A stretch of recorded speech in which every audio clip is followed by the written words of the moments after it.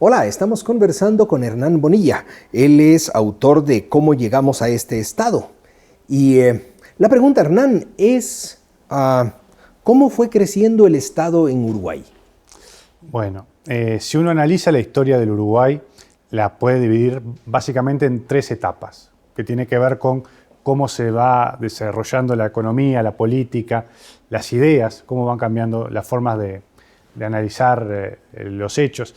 Uno puede ver una primera etapa de 1830, que es cuando se jura la primera constitución y cuando nace el Estado, podemos decir, hasta 1875, que sería la etapa liberal de la historia de Uruguay.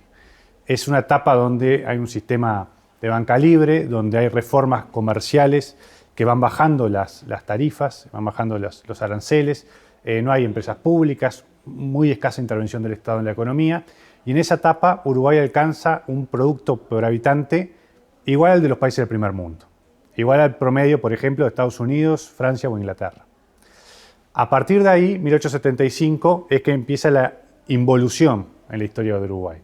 Aparece primera ley proteccionista, ley de curso forzoso, cese de pago de la deuda, y ahí empieza también a crecer el Estado. El Estado, a través de empleos públicos, aparecen las empresas públicas, aparece el proteccionismo, y a partir de entonces entra en una etapa en que cada vez nos vamos alejando más de esa posición privilegiada que Uruguay había tenido a fines del siglo XIX.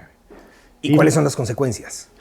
Y las consecuencias son muy claras. La historia de Uruguay es casi un caso de laboratorio para los liberales del mundo, porque podemos ver cómo nos fue muy bien, a pesar de conflictos y guerras civiles y otros episodios complejos que hubo en la historia de Uruguay en el siglo XIX, un país muy próspero y que alcanza un lugar de privilegio en el mundo. Y cómo a partir de que empiezan a aplicarse medidas estatistas y proteccionistas, cada vez nos vamos alejando más de esa posición, al grado de que estamos hoy, que es un tercio de nuestro producto por habitante del de los países del primer mundo.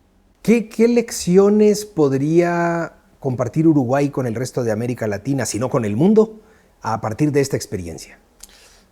Yo creo que es muy claro cómo buenas leyes, presidentes con claras ideas liberales, en el Uruguay tuvimos como Juan Francisco Giró, Bernardo Prudencio Berro, con sólidas y claras políticas liberales llevaron al país a la prosperidad.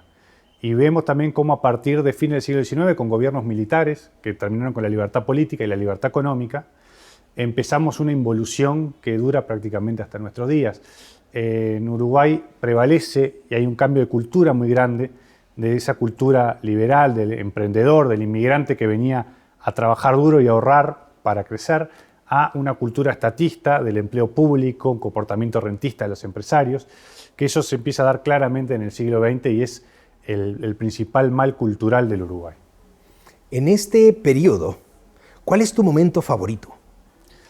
Mi periodo favorito de la historia de Uruguay es entre lo que llamamos el fin de la Guerra Grande, que fue un conflicto bélico internacional muy importante, 1851 y 1875.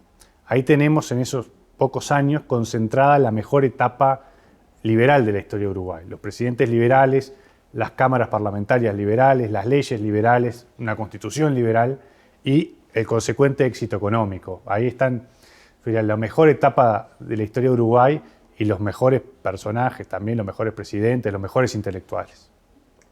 ¿Cuál era el rol de los intelectuales? Era muy importante. En esa etapa, tanto en la Universidad de la República, que era el principal centro académico, prácticamente el único de Uruguay en aquella etapa, la prensa cumplió un rol muy importante y también se publicaban los tratados de los autores ingleses o franceses liberales del momento.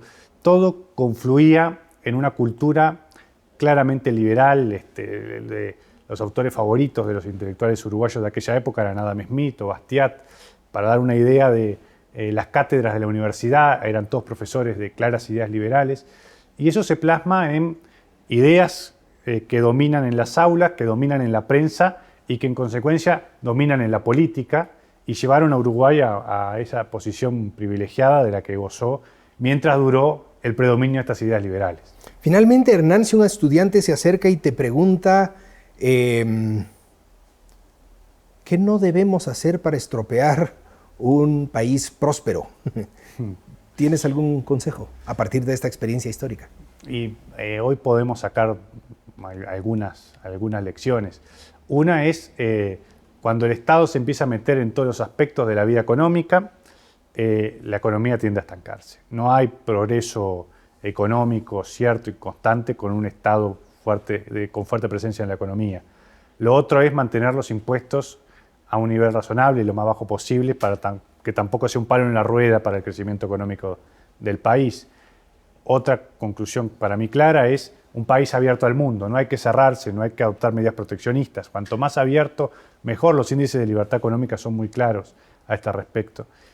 Y otro tema muy importante, y en Uruguay en la actualidad y en varios países de América Latina, mantener una moneda sana, mantener la inflación bajo control, porque eso también es veneno puro en la economía. Gracias, Hernán, por compartir estas ideas con nosotros y a ustedes también. Muchas gracias.